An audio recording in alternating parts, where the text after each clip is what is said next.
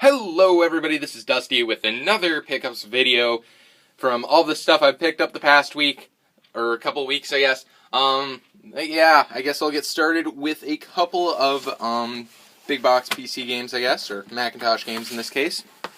Right here we have Where in the World is Carmen Sandiego for the Macintosh. This is a older one. But it does include the book and the game and everything on a 3.5-inch floppy. And then I also got Where in the World is Carmen Sandiego? This newer one. Yeah, these are huge, so it's hard to show you these. But and by the way, I got these both for $2, and a big shout out goes to LGR Lazy Game Reviews for pointing out that the board game section is a very good place to find big box PC games.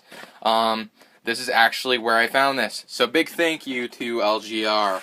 This does come with the book and the CD, along with a couple little paper inserts here, and I think a map or something like that. But yeah.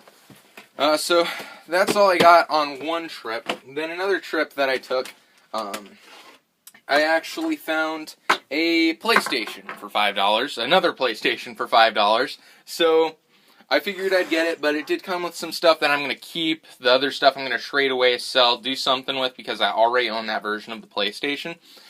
So the things that I'm going to keep, and I found are cool.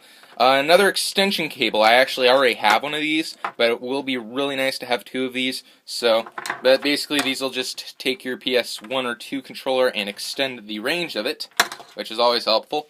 And then of course, just move all this stuff over here. I found a memory card, a performance memory card. Nothing special, but this will be helpful because I only actually have one memory card for the PlayStation 1, so yet again, I don't have too many PlayStation 1 games. Then it also came with the thing that goes back on the back of the parallel port. I'm probably going to put this on one of my PlayStations, but yeah. So that's all the stuff that I got earlier the day I picked up that PlayStation, but I decided to go in after work again on that same day and see if they put out any games, because that's usually how it works. They tend to put out the console and then a couple hours later put out the games for some reason. So, now, are you ready to be confused? Actually, I forgot to mention that Crash 2 was in the PlayStation that I picked up. So, Crash 2 was in the PlayStation that I picked up.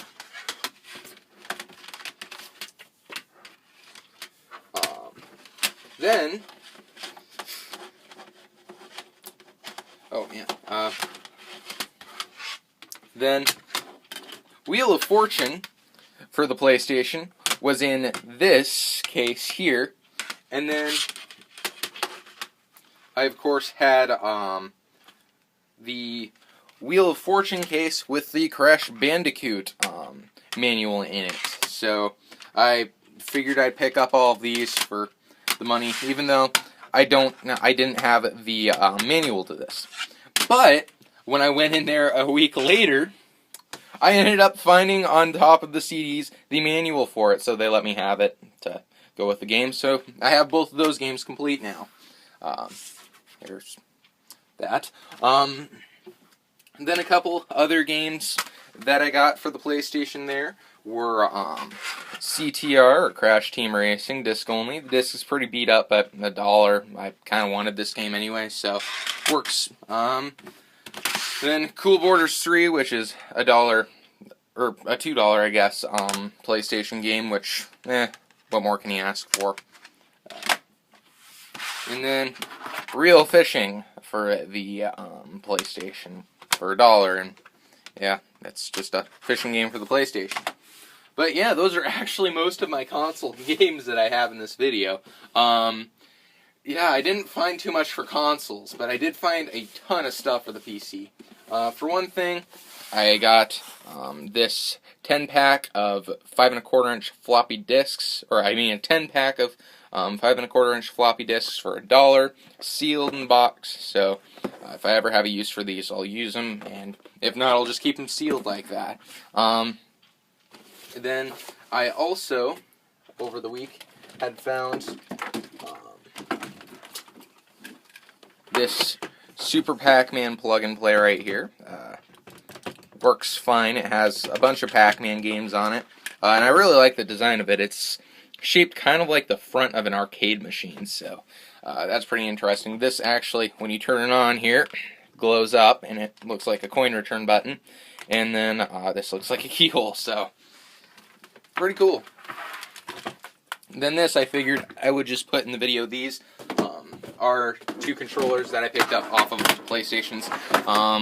This controller was, well, one of the controllers was a controller that I picked up off of the PlayStation I got last week, which is the one I talked about in this video, and this was from the one in my last video, so those are also just other things that I found. And yeah, if I trade them or sell the PlayStations, I will trade them or sell them with the regular non-analog sticked controllers. So, as for games that I picked up for the PC, I got the SpongeBob SquarePants movie here. And by the way, all these PC games, unless otherwise marked, were $1. I got Fighter Pilot by Electronic Arts. Roller Coaster Tycoon here. SpongeBob SquarePants Diner Dash. Galaxy of Win Games. 98, 5 and 98. Mall of America Tycoon. And an expansion pack for Marine Mania for Zoo Tycoon. So, yay. And then here are some cooler PC games that I got, I guess. Over here, I got spoiler alert, StarCraft, for the PC, of course. Fallout. Warcraft 3, Reign of Chaos. Delta Force. Fallout 2. Medal of Honor, Allied Assault. School Tycoon, which was actually a game that I had a long time ago, and I had no idea what happened to it, but I might want to try and play it again. And of course, this is pretty cool, Diablo 2. So, all of those, I think, for $1, so pretty good. Then a couple extra things I got were Battlefield 2 for the PC for $2, and an expansion pack for Age of Empires 3, which I do actually own, I just have never played, but I've heard it's good, so I'm going to try playing Age of Empires sometime. I have all the Age of Empire. Alright, the next thing I got is these Sony PlayStation Magazine discs, which are basically demo discs that PlayStation Magazine sent out with PlayStation Magazine. So, this one includes demos of Tony Hawk's Pro Skater 2, Legend of Dragon, Star Trek Invasion, Mr. Driller, and MLB 2001. Then this one has demos of... This one's hard to read here, but... RC Revenge, S&P Cross Championship Racing, Muppets Monster Adventure, Team Buddies, Bust-A-Groove 2, and Sydney 2000. So, that's pretty cool. Then the next thing I got was this box of 2 PC games, which included Scepter Core, Legacy of the Creator, and Shogo, Mobile Army Division. I happen to recognize one of the developers on these games, which is Interplay. And yeah, I can't remember what games they made, but they've made some pretty good games, and I've heard these are pretty good. So, it's pretty cool. I got them for $1, so the case opens up like this to tell you a little bit about that game, and then like this to tell you a little bit about that game, which is pretty cool. And yeah, pretty cool addition to the collection. Next, I happen to have gotten 3 pieces of software that are somewhat beneficial to me. First of all, there's a Label Factory Deluxe here by Avery. Papers and stuff. They make paper products and junk. Basically, this is label making software, which is something I've been wanting for a long time for labeling DVDs and garbage. So that's pretty cool. Found it for $3 at the Goodwill. Then, this one's a cool thing, actually, for this show. If, I need to do a 100 or 1,000 subscriber competition or something, you could win a t-shirt from my T-Shirt Factory Deluxe box set thing, that I got for $2.50 at the Goodwill. But yeah, you create it, print it, apply it, and wear it. That's cool. So, yeah. And then something that's also cool that I've actually been working on learning how to use, because I want to make an intro for this channel. I think that this channel could really use an intro, and why not animate it? So I did get Anime Studio 5, which is basically an animation creating software for $2. I didn't think it was such a bad deal, so I picked it up. Been learning how to use it, and it seems pretty straightforward so far. So I'll see what I can throw together for a channel intro. Then, here's another thing that I've wanted for my PC, a new gaming mouse, which I did overpay for it a little bit, because usually I won't pay stock price for things, but this is about stock price, but I've heard really good things about this mouse. It's a Razer Death Adder. It's capable of 3500 DPI, which is much better than my old one. I think it was a 2000 DPI mouse, which still isn't bad. I mean, it'll work for whatever you need it to do, but this one would be more 4K monitor friendly, definitely. But, yeah, it was $24, or $25, I guess. And yeah, it's really cool. It has companion software for it, which you can manually adjust the DPI through software. And, yeah, lights up blue. What more can you ask? But yeah, $25. I think it's cool. I have been really liking it so far. It has more than replaced my old mouse, which I thought was amazing at the time I had it. But then I got this mouse, and wow, it's great. So, then, here's some pickups that I got today. I actually, the last week, had found just about nothing. So, like, the best thing I probably found, this was probably just the only thing I found last week. So, the Razer Death Adder. But some stuff that I did find today was some GameCube games at the pawn shop. So, starting with least awesome to most awesome, I guess, or just random order, whichever one.